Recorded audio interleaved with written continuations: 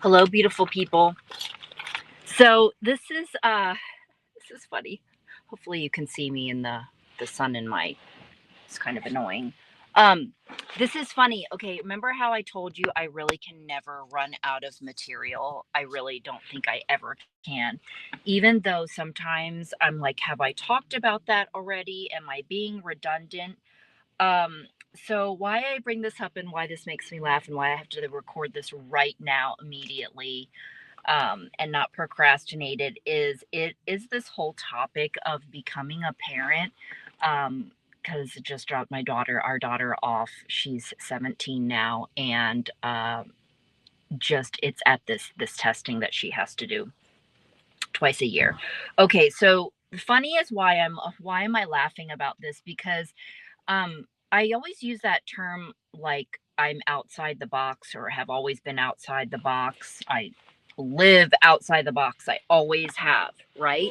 And it probably comes from just also to, yes, um, my interest, but also my crazy ass, hilarious ass dad.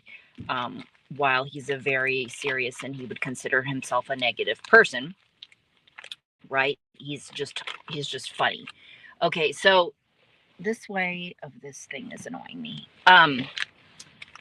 So being that we have always been like this in terms of becoming a parent who's kind of like my experience, okay, because of the way that I think, but not only that, going into basically our daughter started, so we did do pre-K and all that sort of stuff, and a preschool and a school that she went to, public school. It was called a lotto school, so you had to, I guess, apply for it, some sort of thing like that. And but it's not private or anything like that, right? So loved a lot of parts of it, but then started homeschooling about seventh grade. Long story short, but one of the main things was going to be, it sounded like forced vaccinations. And that's a whole nother subject because I will say I'm a blend of science meets holistic medicine. I'm going into a rabbit hole. Okay.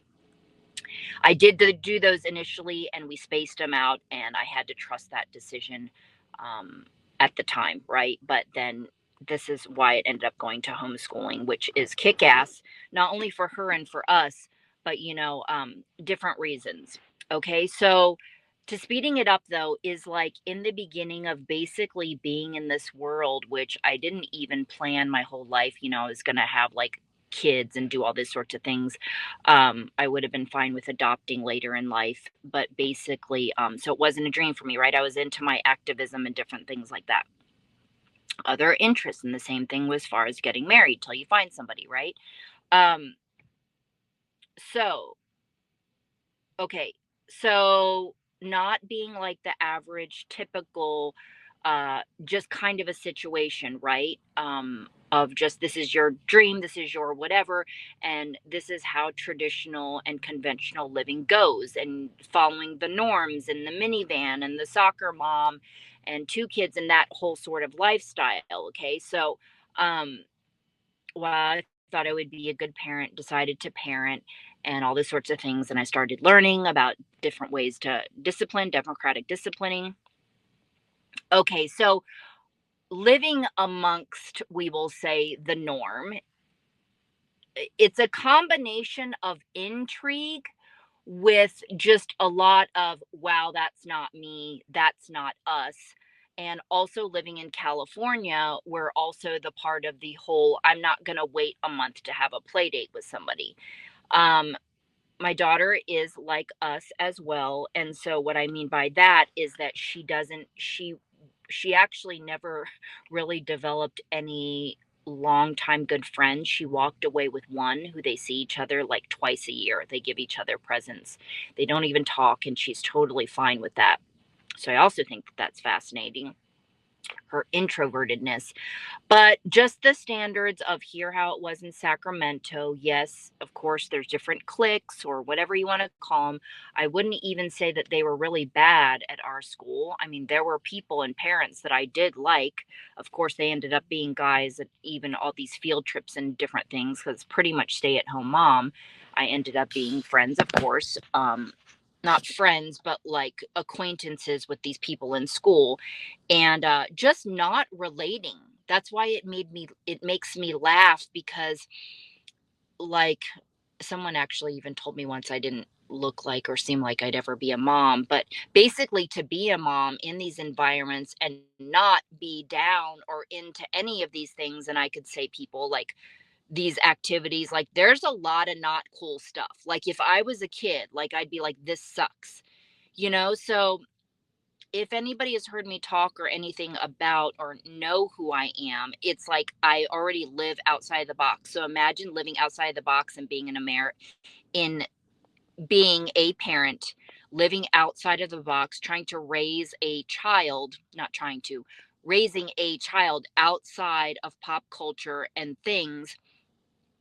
And she's turned out really magnificently, and she loves to read, and she's done volunteer work and all these sorts of things with having basically no social life.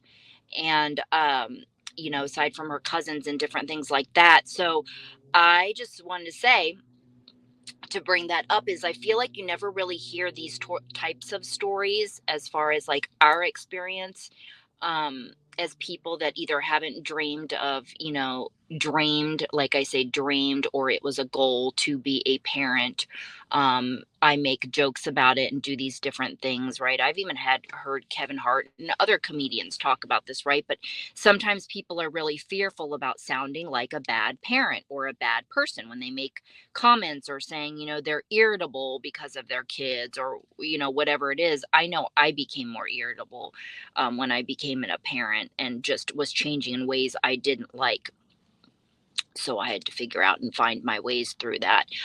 But even during pregnancy, even after, like I have so many stories from my own perspective of what I went through that is so many things outside of that book, which you would have thought I would have read the whole thing. Some huge 800-pound book that they like to put out there.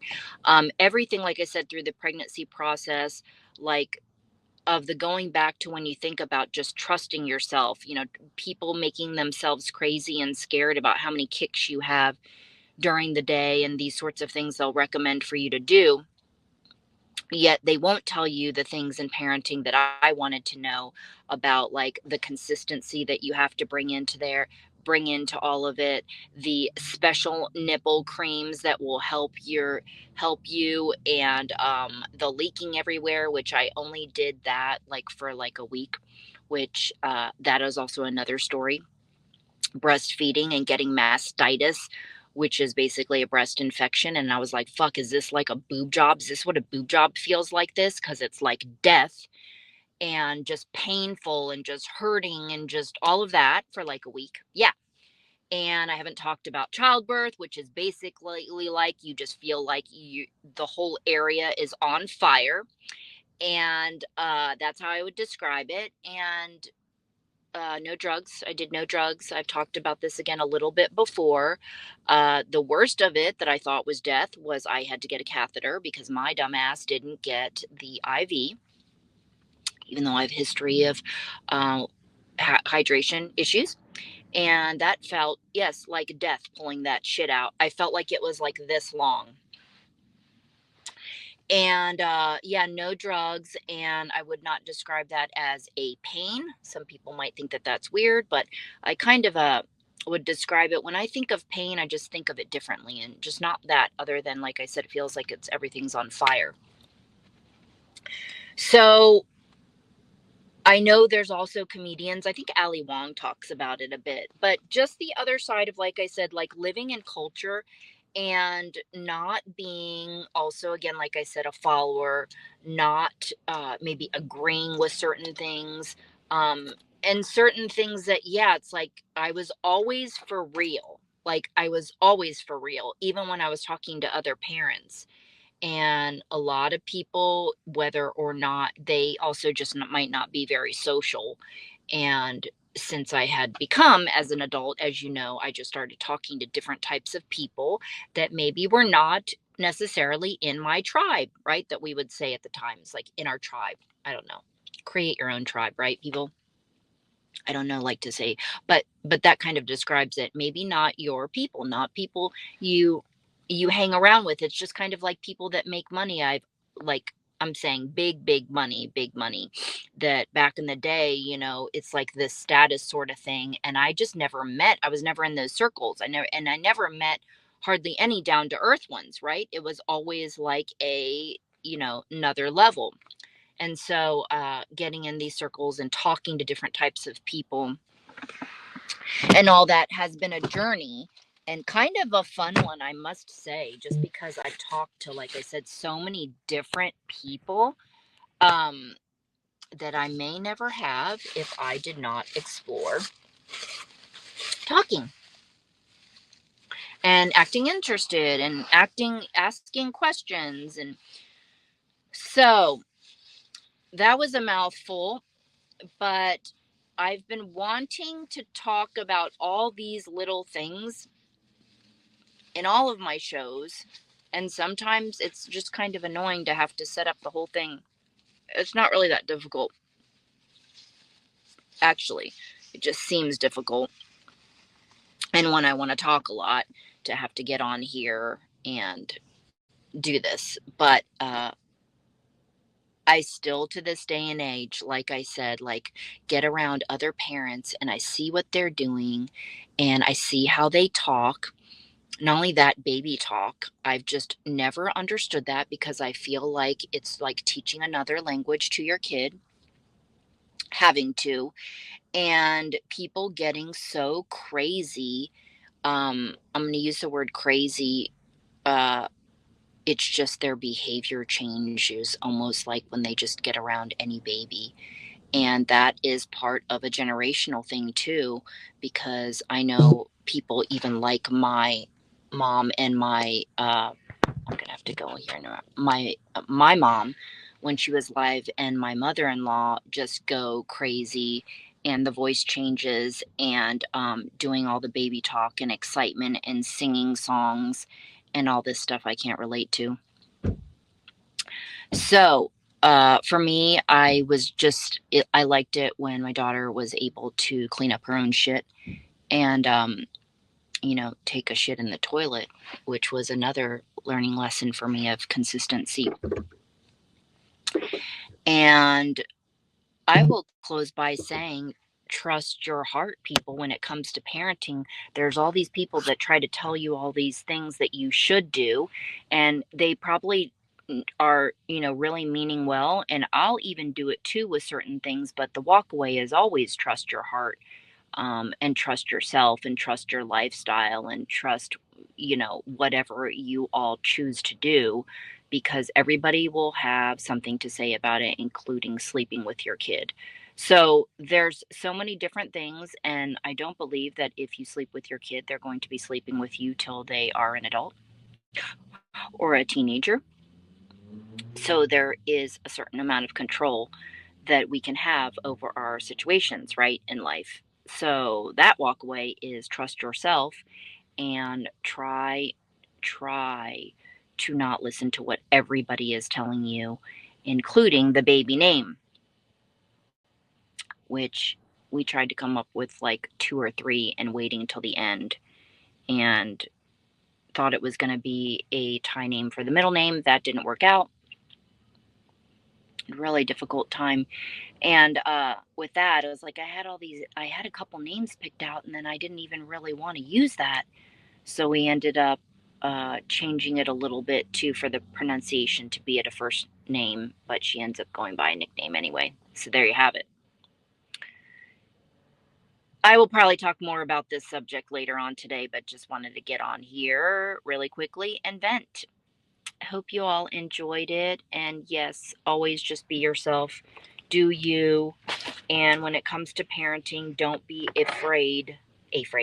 Don't be afraid to live outside of the box, even if you feel, pop culture or your family or whoever isn't going to accept.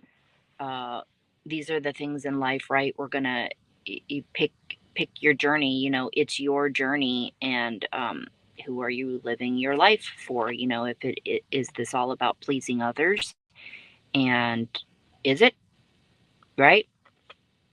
I'll talk to you in the next video. Bye.